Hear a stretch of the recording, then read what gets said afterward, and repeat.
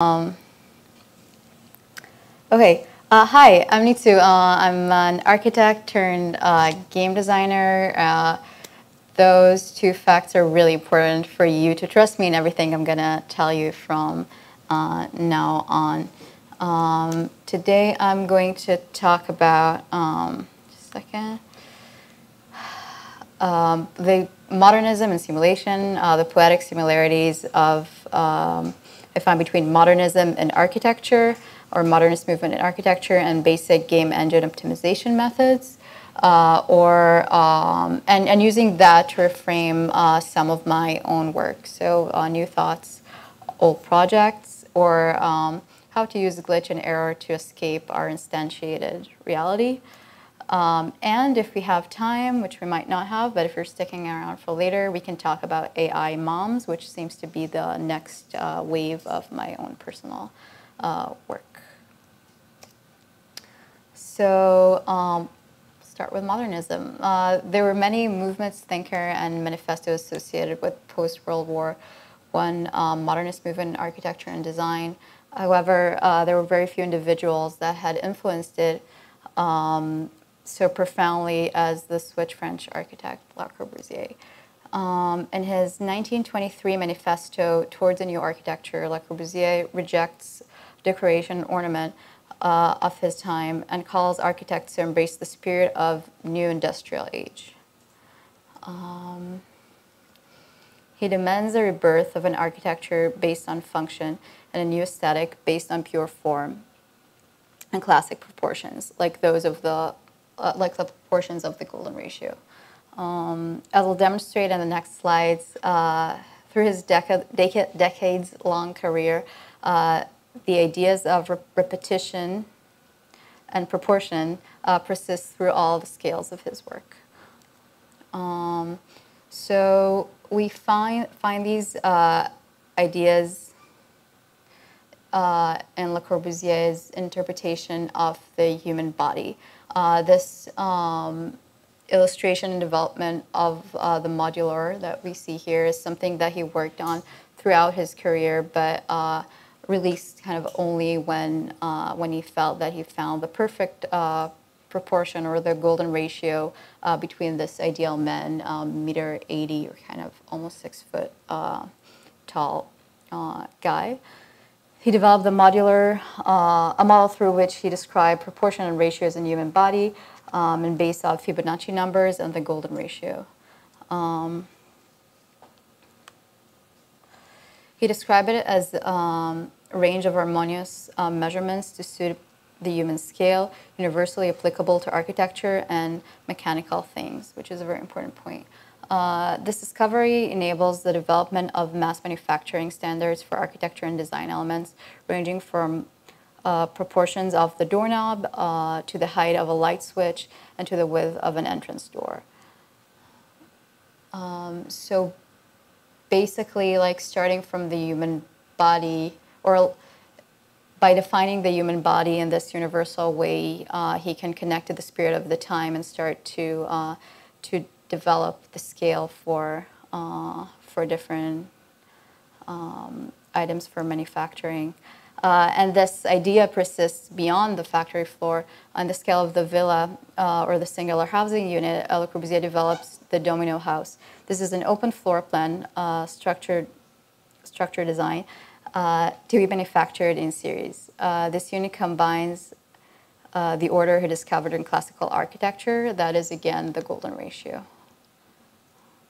Going up to the next scale, the one of the building, Le Corbusier develops the unité habitation, or the residential unit, the housing unit. The repetitive, endlessly stackable housing unit designed for public housing projects. And then again, in the urban scale, he develops the radiant city, the urban master plan that was designed to contain effective means of transportation as well as abundance of green space and sunlight. Le Corbusier's city of the future would not only provide residents with a better lifestyle, but would contribute to his creating a better society. That's his agenda. Through radical, strict, and nearly totalitarian in its order, symmetry, and standardization, Le Corbusier proposed principles had an extensive influence on modern urban planning and led to development of new high-density housing typologies. It's easy to understand Le Corbusier's, to understand the appeal of his ideology and methodology in the context of his time. From early days of mass industrialization post-World War I to the post-World War II housing crisis, his thesis was incredibly effective and also humanistic for the time, allowing developing a method that will enable masses of people adequate housing. But could there be another reason why this was so massively adopted? Looking on Le Corbusier written and built manifestos through the eyes of a game developer, it's hard not to think about two very fundamental concepts in game engine optimizations. The first one is low poly or low polygon count, and that of the second one is geometry instancing. So low poly is a term that refers to 3D geometry that has relatively small number of polygons, which a polygon is a triangle, the basic shape that a computer can describe, or the basic surface. And the low poly meshes, like you see here to the left, are the ones that are used more in for games, that is in real time, for real time application, versus computer graphic generated for animation, which is recorded and allows for more elaborate shapes. The number of polygon in a mesh is an important factor in optimizing for performance, but also can give an underlying appearance and aesthetic for the game.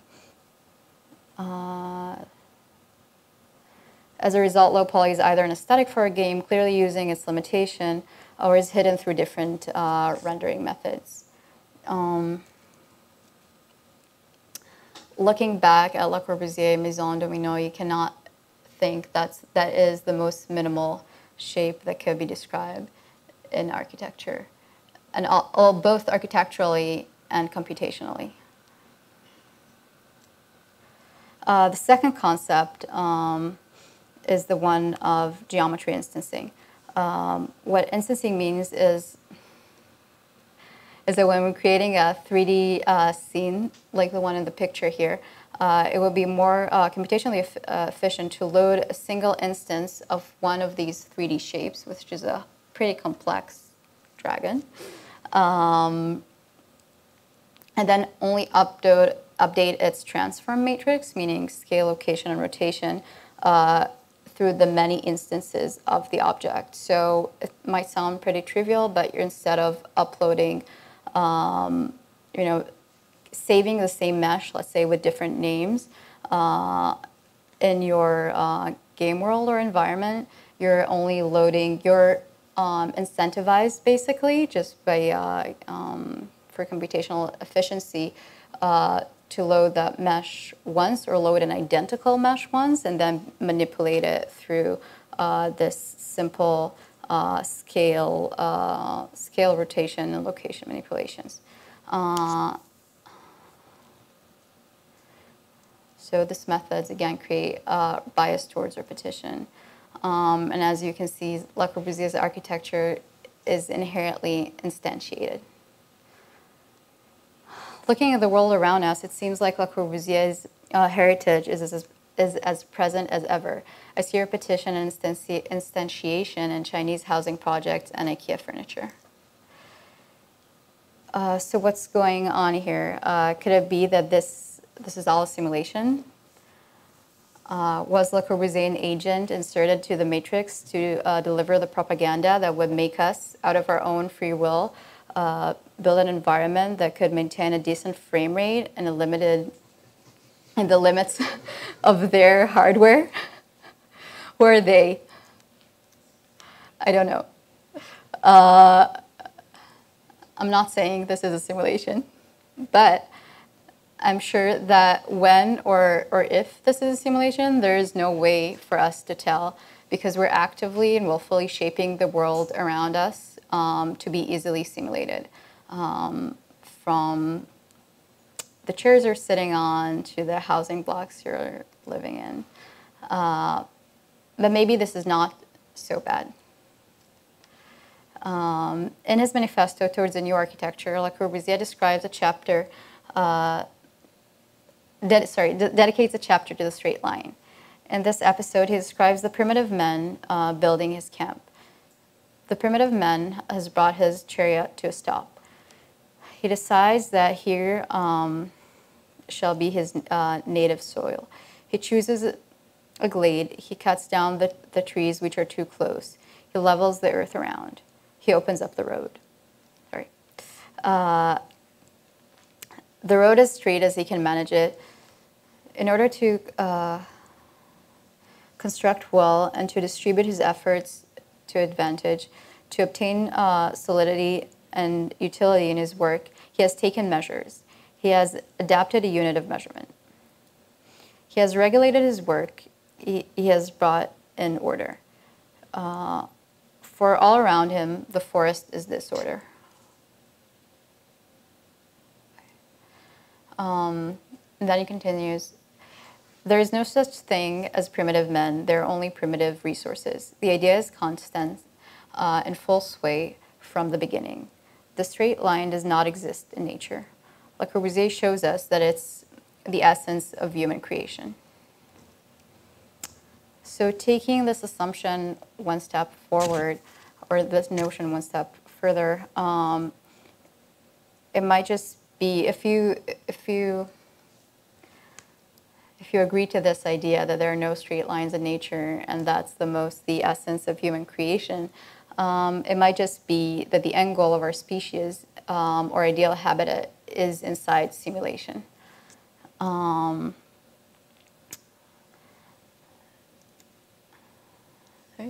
Yeah. So putting this kind of new line of, I think having this new line of interpretation or new form of interpretation, let me reconstruct that.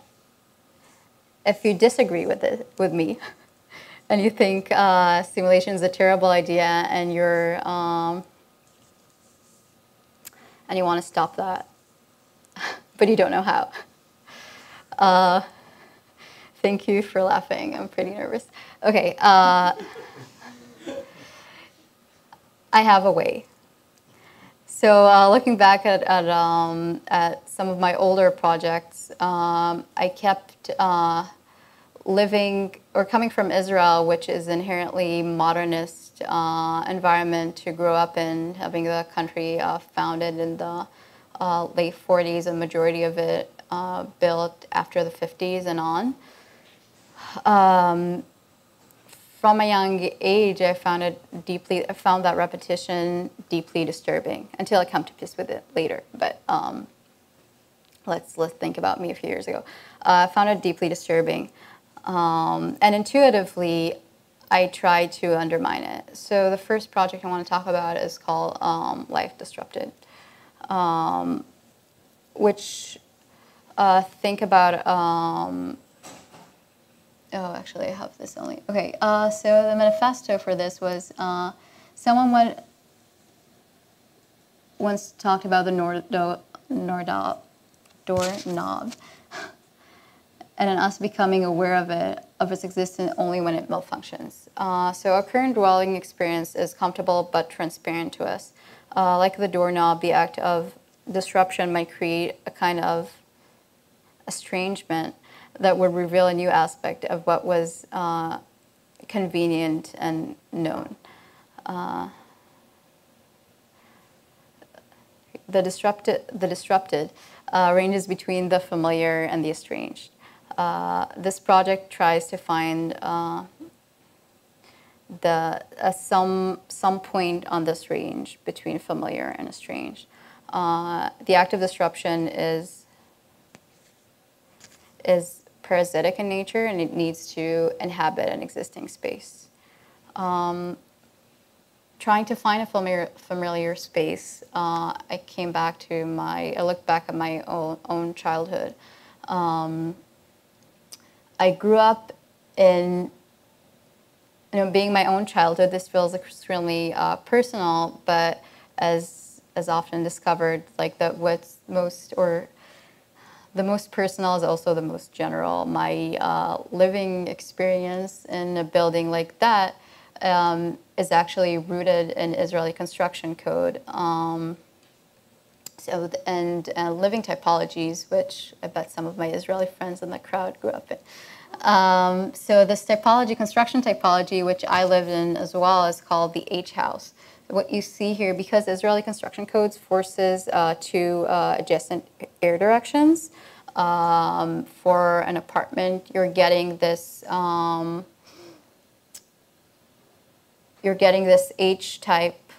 H-shaped floor plan, which allows 2 to 3 air directions for every apartment. And you can see in the floor plans that basically there is one apartment that is kind of replicated over a symmetry axis. So looking back at an environment that would be on that range between familiar and estranged, I wanted to deal with this H shape. Right, how do I turn the top experience to the bottom experience through architecture?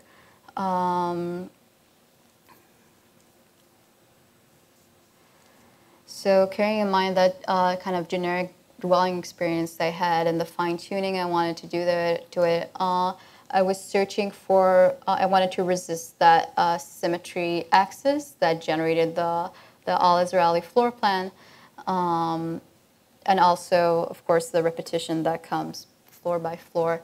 So, so I decided to take the axis that run through the building, and then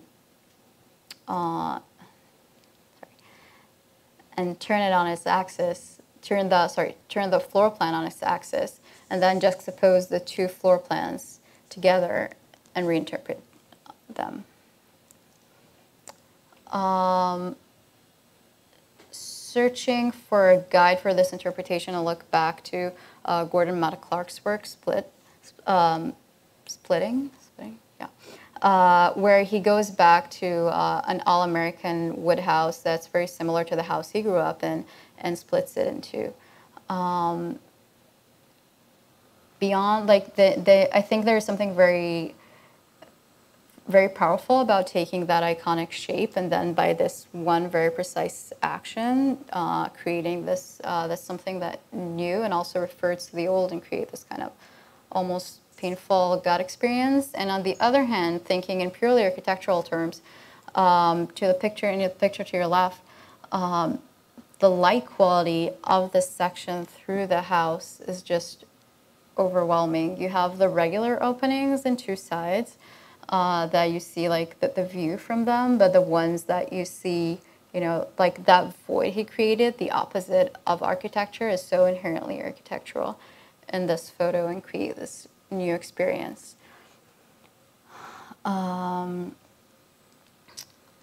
So looking at Gordon Matta Clark,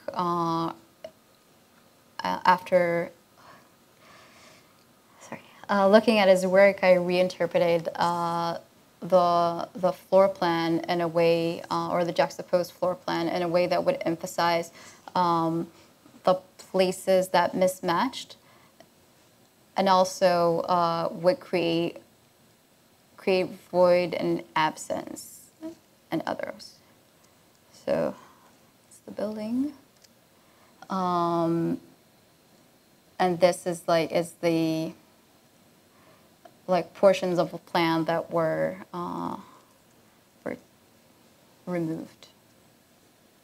Now that's the lighting experience within this imaginary home. Section runs through the ground, landscape development, and that's it. after this project, I felt I want to dig deeper, that I was only kind of scratching the surface of disruption, and if the repetition, and I need to handle repetition in the place, in the, I need to break repetition in the tool that creates it within the computer. So how do I create this to this? How many of you are familiar with glitch art? Okay, yeah, that's what I thought. Great. So basically, glitch art is the appropriation, or we can just go here, the appropriation of digital eras in an aesthetic, or it could be in an aesthetic way, like we see in this photo, turn this photo. And what I did for this project is develop a method to disrupt and insert different levels of randomness and noise to 3D models, specifically, or later in the project, NURB-based OBJ files. So I would be dealing with the description of the geometrical shape and its data form, and getting my outcome in the software, like visual outcome in the software, and then later developing more elaborate methods to intervene with the data. Oddly, the first building I disrupted is Villa Savoie, or 3D model representing, or Le Corbusier's Villa Savoie. It's one of his canonic villas, and which also present a lot of his thoughts about economic living and golden ratio and aesthetic. This is the polygonal divide of the model I started working with. So here you can see the faces as they look smooth, but really the underlying clutter looks like that. And I created a series of drawings and 3D prints trying to explore what this villa would look like disrupted with different levels of randomness or noise. But I felt I wasn't getting to the core of it. Moving forward, I want to explore this idea on an all-Israeli icon. And this one is the buildings you see here. It's a building complex that's called Israeli Towers. They're a major icon for Tel Aviv, and for there are 3 buildings in the shape of or the shape of a circle, square, and a triangle, or 3 prisms in those shapes, and besides being a major icon for Tel Aviv post 9/11, they also became a site of anxiety. People, because they were such a meaningful icon in the culture post 9/11, people started, instead of looking at them and feeling proud, you couldn't not look at them and think, well, what happened if, what would be the shape of that? Thinking about these now wanting to express something more with this disruption, besides the inconvenience with repetition, what can we use this disruption to express underlying feelings that are not expressed in conventional architecture? So my first series of experiments treated the building as a whole and generated these kind of alternative Israeli tower complex. But I felt I wasn't really touching the heart of it. This is a close-up. Which is, again, it's the human scale and the repetition. Realizing I should be working actually with a repetitive building facade element to create a one action mass change through the building. So basically making the basic unit from the left image to the right, or the opposite. Okay. Through the work process, I was able to insert different levels of randomness to parts of the building facade, transitioning, being able to work with randomness, I'd say, almost sculpting it, transitioning from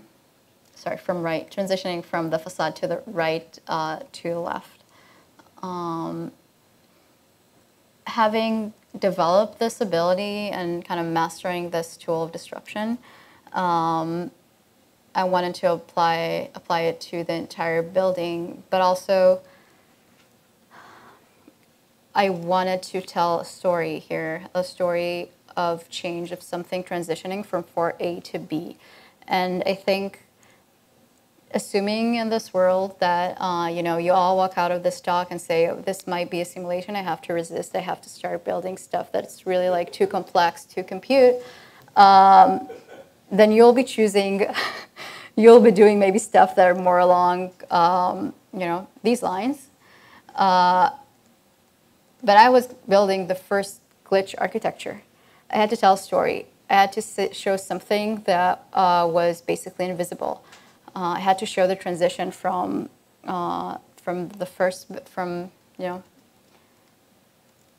this building, like the moment that doesn't exist really, but only exists in our mind, like the fascination of moving between this building to these buildings. Like, what would that be like? I looked at Bernini's, is it Apollo and Daphne, I think? Apollo's chasing Daphne, and she's, and he catches her the moment she transitions. She starts transitioning to a tree. There's so much swing and drama in this movement, and it represents that notion of something becoming, from one shape to, from one shape to another, that I wanted to adopt. And this is the final design for my treatment of Israeli towers, where you can see here in the diagram levels of randomness going from low randomness in yellow to blue, as the more randomly extreme parts. Also, or subliminally choosing the colors of fire, but not that I intend that. And here's a close-up of how this actually looks, like how this facade looks, with those different levels of randomness distributed through a portion of the building. Photos.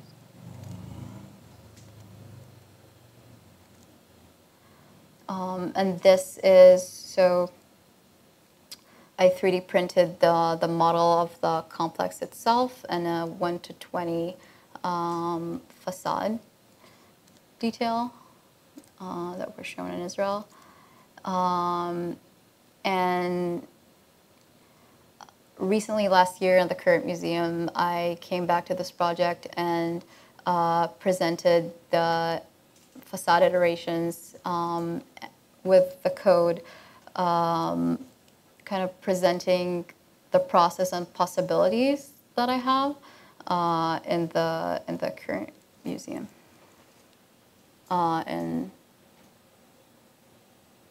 In the pattern, the first exhibition about test patterns. Sorry, that's the right context.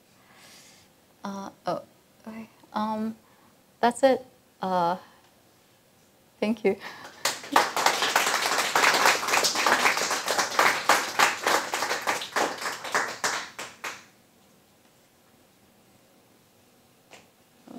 Does anyone have any questions for Nitzan?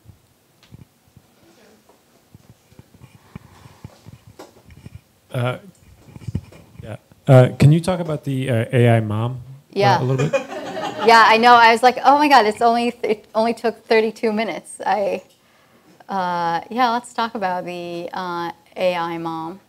I'm even gonna, oh wait, okay.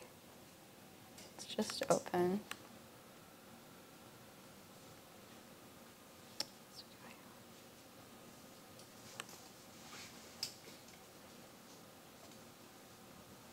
Oh, I opened it here, wait. So this is gonna be as embarrassing as I was a few minutes ago, 32 minutes ago. Yeah, Ken. What I'm trying to do is, Do you just want to move it over here? yeah, I want to drag it to my screen so I can upload the right, okay.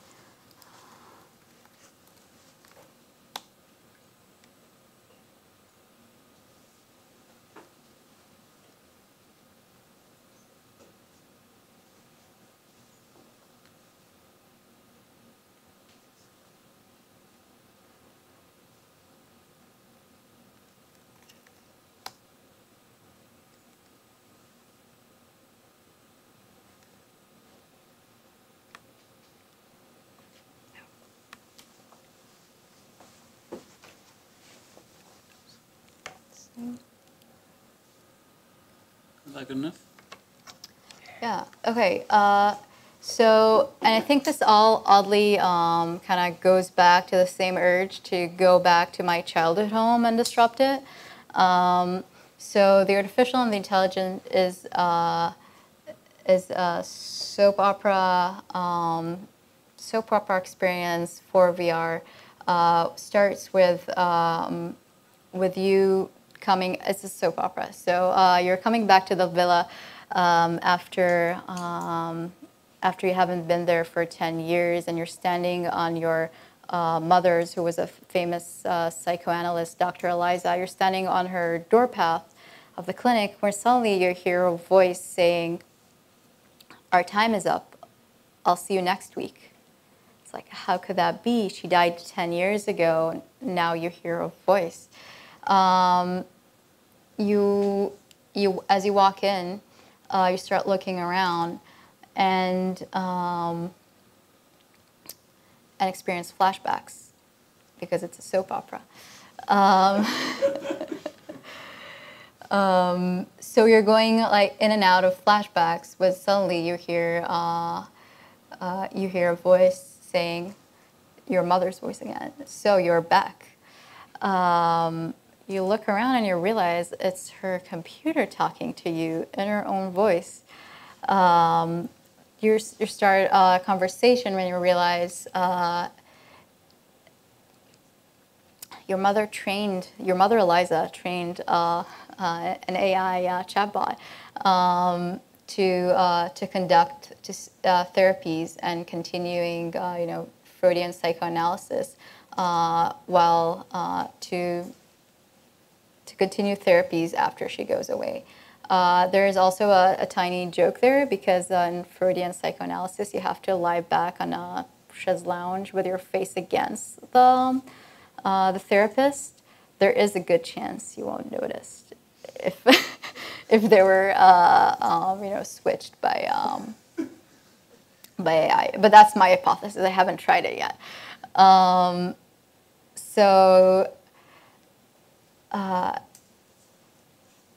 And when I created this project, I was kind of not really aware of how it would be received by mothers. But my own mother is a psychotherapist, and she loved it. My mother friends all felt that this kind of sinister AI character is actually a friend.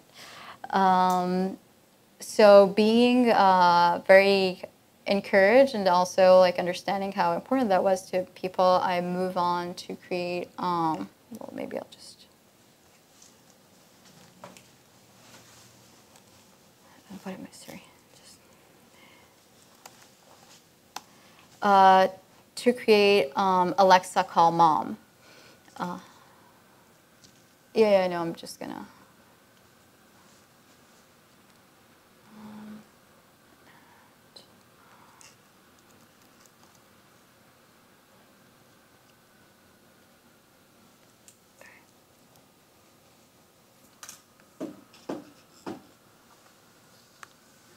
Which the best way to share here, I think, would be, yeah. So move forward to conducting, to creating Alexa. Alexa, call mom. Oh, maybe, yeah. It's Mother's Day, and you want to call your mother, but she's dead. So you're using this. So you're using this new Alexa service that channels the dead and call the afterlife. You're using the service, but as always, lines are busy and it keeps breaking. So you and mom try to transition to a landline, which is a Ouija board that's found on the table in her now empty old apartment.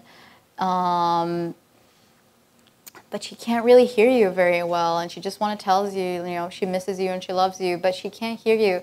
She's not sure if you're there. So at a certain moment, she possesses Alexa, which creates a whole kind of mess and confusion.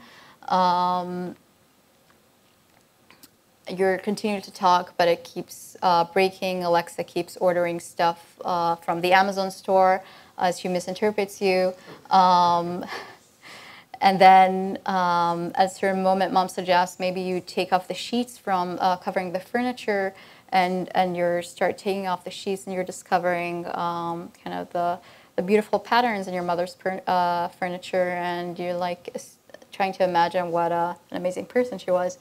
And then the call gets disconnected. Lights are on, and Alexa helps if she can help you with anything. So this project is meant to be an installation and kind of Alexa-based immersive installation for 3 to 4 people to experience at once. And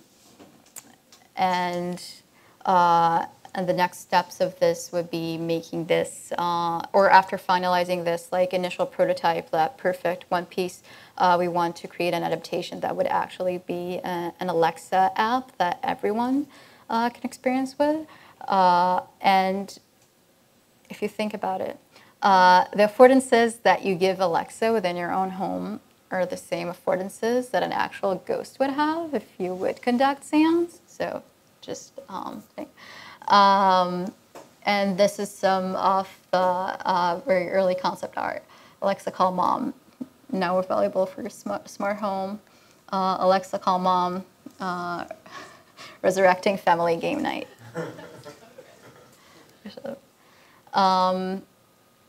Yeah, so obviously there's something unsolved there with me kind of keep creating AI mothers. But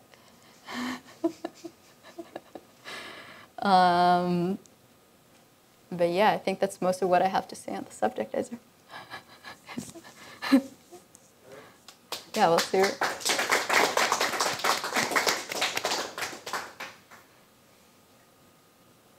guys have any questions? I really like how goth that is. What would be the exorcism? Ooh, I never thought that you... For the Echo. Like, what would you have to do to rid your Amazon or your Alexa of the ghosts? That's such a good... Well, obviously, I mean, like some ritual, maybe? Yeah, that's such a good question that I just can't believe... Like, I wish I thought about it before. Yeah, that's a great question. Like, I don't think you can. Like, as long as you're keeping Alexa, because it's so, like, as I said, like, the ghost had the same affordances Alexa has, and a hacker has the same affordances that you give Alexa. So the only thing you can do is either, give up and and live with Amazon's like possession of your your life, or get rid of the echo. But yeah, but I think maybe like there should be a ritual, maybe involving water. Don't. We can brainstorm about that. Yeah, yeah.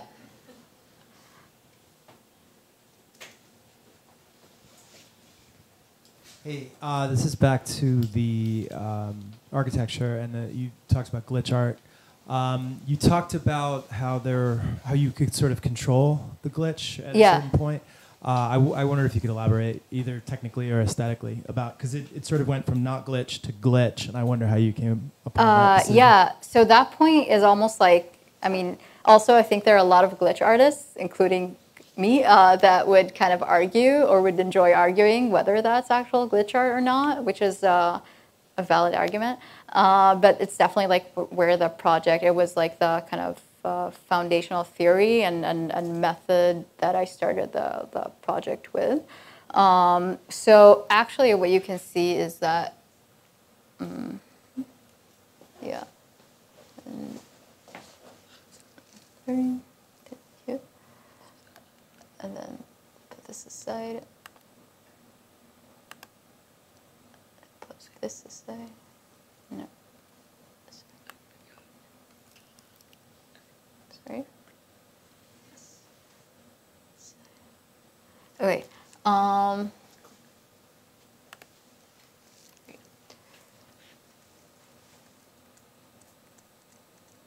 So these earlier iterations are like kind of almost like real glitch. Like I can not even like not know what I'm doing. Like go put my my 3D data in a text editor, choose all, like delete all 7s or make them to 6, and that could be like also like, you know, whether I delete all 7s or select all 7s and delete them, or select all 7s and change them to 6, and also a way to control randomness. So kind of through that practice of like playing with it and then understanding that there are two aspect of this process. One is the action I'm doing, and then discovering that even within something that feels very whimsical to me, there is some pattern, and I'm gaining some control. Like the more knowledge I have, the less glitchy it becomes, or data bending it becomes. And on the other hand, starting to understand the relationship between the initial data I'm inserting to the shape I'm going to get. So, I mean, even though this is rendered in the computer as if like it's built out of this like beautiful surfaces, once you see the underlying polygon division, then you realize like when you see this division, when the next step is that, I feel like it's not really as surprising because you're familiar with the initial data that you got. So there was another part in the process that I wasn't showing here, but where I started building my surfaces, or building what would look like a surface in different ways. So like I can build it as 2 triangles, or 4 triangles, or I can also build it as a series of like bricks, which of course means each of them will be other 2 triangles, but that would make the aesthetic I would get completely different. And I became more and more aware of that. So even in the final exploration of just like, that started from just the facade unit, I could build it, and here I was also dealing with geometry that was defined by curve and waypoints and not by polygons. The number of points I would have to describe a surface would influence the aesthetic I would get and the kind of range of error. Yeah. Any other questions?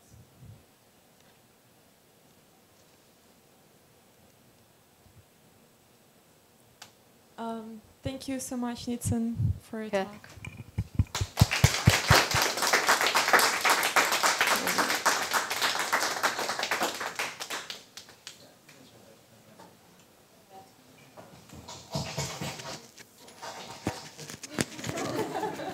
Thank you for coming.